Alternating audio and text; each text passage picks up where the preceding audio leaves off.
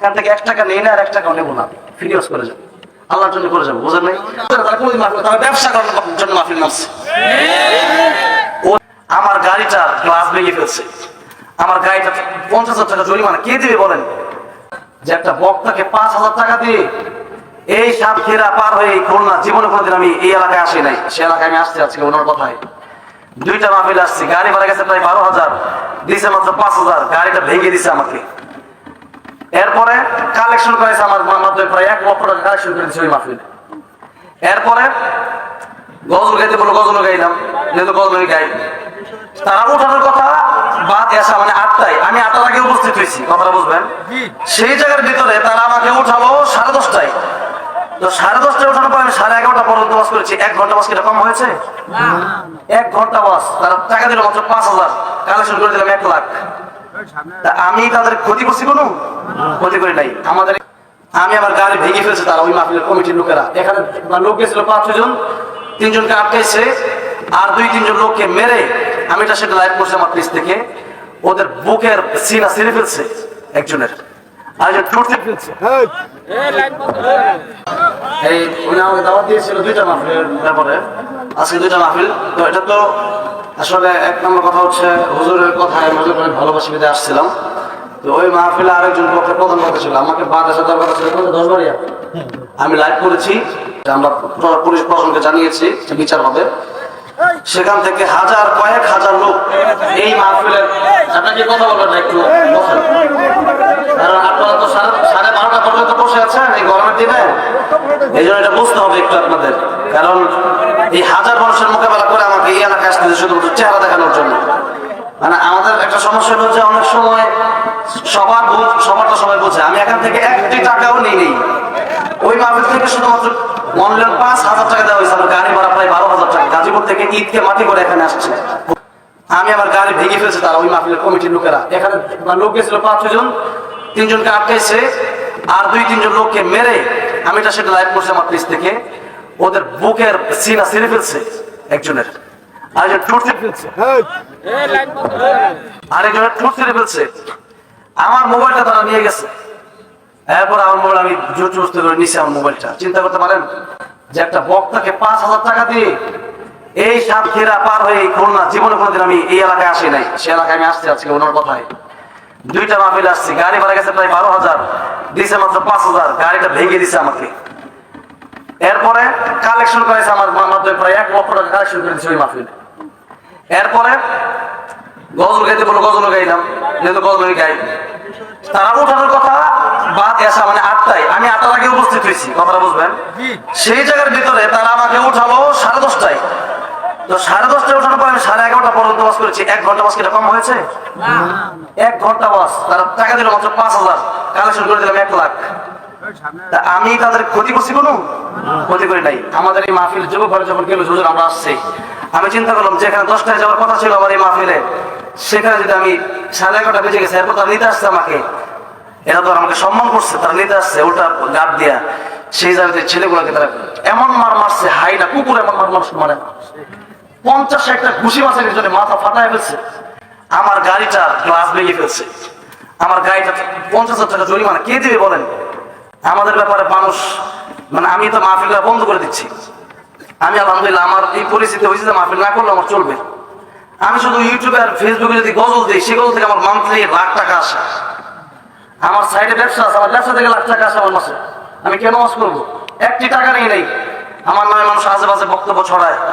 আজকে আমি এই দ্বিতীয় মাহফিলটার জন্য আসতে চাইছি, গাড়িটা পেয়ে তারা ব্যারিকেড দিছে, এই যে টুলগুলো রাখা আমার ব্যারিকেড দিছে, যেতে দিবে না, গাড়ির মধ্যে থাপড়াইছে। আমারও মারতে চাইছে 2-4 জন, কিন্তু বলেন তারা কিসের মাহফিলটা করলো? সেই 10 এলাকার লোকেরা তারা কিসের মাহফিল করলো যে বক্তাকে তারা আইনে 1 ঘন্টা বাস করা 1 লাখ টাকা কালেকশন করায় মাত্র 5,000 টাকা দিয়ে 10,000 টাকা গাড়ি ভাড়া, 5,000 টাকা তোমার তেলই লাগছে। সেই জায়গার ভিতরে তারা এই বক্তাকে শুধু আমার না, এই মাহফিল কমিটির লোকজন এবার হাইমানো কুকুরের মতো মানলো। যাক, এই জন্য আমি আসলে আসছি। তারা বলছে আমি পুলিশ ক্যাম্পে গেছিলাম, আমি অনেক পুলিশ সেখানে ছিল, ওসি সাহেবের সাথে সব কথা হয়েছে আমাদের। তো আমি লাইভ দিছি, সমগ্র বাংলাদেশ তাদের ব্যাপারে জানবে। আমি খুলনার ব্যাপারে কিছু বলি না, কিন্তু 10 এলাকার লোক যেন কোনোদিন মাহফিল না করতে পারে সেই ব্যবস্থা করে দিয়ে যাবো ইনশাআল্লাহ। যে ব্যক্তিরা মাহফিল করে আলেমের সম্মান করে, তারা কোনোদিন মাহফিল, তারা ব্যবসা করার জন্য মাহফিল নামছে। ওদের ওদের বিরুদ্ধে একটা অ্যাকশন আমি নেবো ইনশাআল্লাহ। কারণ আমি সারা বাংলাদেশে চলি, বাংলাদেশে এমপি মন্ত্রীরা আমাকে যথেষ্ট মহব্বত করে। চট্টগ্রাম তারাই বলেছে, অনেক বহু এমপি আমার পিছনে তারাই নামাজ পড়ছে, মন্ত্রীরা আমার পিছনে তারাই নামাজ পড়ছে, সারা রমজান মাস তারাই পড়ায়া। গতকালকে ঈদ গেছে, খুলনা আসবো এই জন্য বাড়িতে ঈদ করতে পারি নাই, শহরে ঈদ করে এখানে আসছি। এই কষ্ট আমাদের, এটা করে কি বুঝবে এগুলা? কিন্তু আমি আসলে আপনাদের কাছে অত দুঃখিত, যেটা আমি আমার কারণে এখানে ভুল হয় না। এমনকি ইংলিশ মনে হয় দেরি করাইছে, ওখানে এমপি সাহেব আসছিল আপনাদের, তো এমপি সাহেব হঠাৎ করে আসার কারণে উনি আসলে প্রায় 10টা পর্যন্ত স্টেজে বসা। তো উনি আবার ওখানে আমার আগের মেহমান ছিল, তো উনি যখন বয়ান করবে, ঠিক আছে উনি বয়ান করতেছে, আমাকে একটা রকম খাবার খাওয়ায় নাই। আমি সারাদিন না খেয়ে এখানে এই পর্যন্ত আসছি। আমি কেন আমাকে পকেটে টাকা আমি খাবার খেতে পারি না ভাই, তাদের জন্য আমি এত কষ্ট করে সে মাগরিবের পর সে জুমার আগে জমা দিয়া আমি আসলাম, তারা মনে করেন কি মূল্যায়নটা করলো আমাকে। যাই হোক, ওনাদের জন্য আসলে আপনাদের মাহফিলের পরিস্থিতি, অথচ আপনাদের মাহফিলের অর্ধেক ওলা তাদের মাহফিল হবে না। আপনাদের তো এই মাহফিলের 3 ডাবল বেশি আপনাদের মাহফিল, এবং আপনাদের যে লোক আছে, যারা গেছিল তাদের ব্যবহার, ওদের ব্যবহার আমি বুঝছি, মানে এই জিনিসটা আমি বুঝতে পারছি যে এক জায়গার সবাই খারাপ হয় না, এক জায়গায় সবাই ভালো হয় না। এক জায়গাতে কিছু ভালো থাকে, কিছু কুকুর মার্কা মানুষও থাকে, ওলাইকে কাল আমি পাবো মা পাবো। যাই হোক, আমি আসলে খুবই অসুস্থ, আমার গলা ভাঙা, জ্বর প্রায় 100 ডিগ্রি জ্বর আমি নিয়ে এখানে আসছি। আমি আসছি এই জন্য যে আমি যদি এখানে না আসি, আমি ইনশাল্লাহ খুলনা কোনো প্রোগ্রাম না করলেও আগামীতে আবার আসবো ইনশাল্লাহ। কিন্তু আমি কথা বলার বোর্ড নাই, এখানে আমি আবার খুলনা কোনো জায়গায় আসলে এখানে আসবো ইনশাল্লাহ। এই যে যুবক ভাইরা তাদেরকে মারছে, এমনকি পুলিশের প্রশাসনের লোকরেও মারছে, তারা চিন্তা করতে পারেন।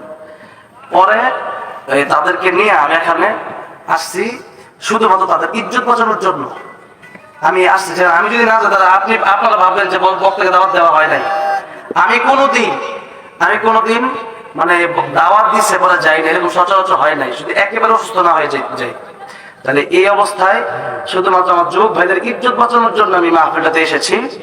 আপনারা যদি শোনেন আমি একটা গজল গায়া, যেটা আপনাদের কষ্ট থাকবে, এরকম একটা গজল গাবো, গজল গেয়ার পরে দোয়া করে দেবো, রাজি আছেন ইনশাআল্লাহ? 12:30 বাজে। আর যদি আরো বেশি রিকোয়েস্ট করেন তাহলে কিছুই বলতে পারবো না।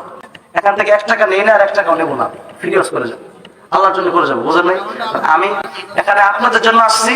আপনার বলছেন আপনার দুবাই প্রোগ্রাম করতে গেলে আমাকে 20 লাখ টাকা দেয়, এই গড়ির দাম 6 লাখ টাকা, আমার আইফোনের দাম 1.5 লাখ টাকা হাদিয়া দেয় আমাকে।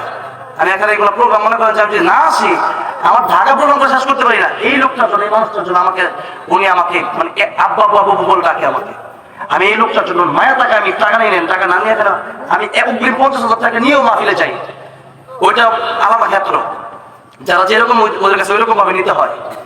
উনি আমার বলছে, বাবা তুমি আসো, আমার কথাই এই আলেমের কথা বিশ্বাস করে আমি এখানে আসি, তারা এইরকম ঘটনা করছে, আমরা দোয়া করার জন্য হেদায়েত দান করেন, বদল করবো না, আল্লাহ তাদেরকে হেদায়েত দান করেন, বলেন আমিন। হেদায়েত না থাকলে আল্লাহ যেটা ইচ্ছাটা করবে, কিন্তু তারা এত নিকৃষ্ট হতে পারে। মুসলমান কেন আমার সন্দেহ, আল্লাহ জানে এটা কোন গ্রুপের লোক। যাক, আমি এটা লাইভ দিছি আমার পেজ থেকে, অলরেডি হাজার লোক এটা নিয়ে চলতেছে, এটা কাজ চলতেছে, ইনশাল্লাহ বিচার হবে। তবে আপনাদের এলাকায় বিচারটা দিয়ে গেলাম, যারা এখানে প্রশাসন লোক আছেন বিষয়টা নিয়ে আপনারাও দেখবেন ইনশাল্লাহ। যদি এলাকার গুরুত্বটা বেশি, আপনার থেকে 10 মিনিটের রাস্তা, আপনার প্রশাসনের লোক আছে কয়েকজন, জানি বিচারটা দিয়ে গেলাম। খুব কষ্ট পেয়েছি, এখন ওয়াজ করার মতো কিছুই নাই। আমি একটা গজল গাছ, ঠিক আছে?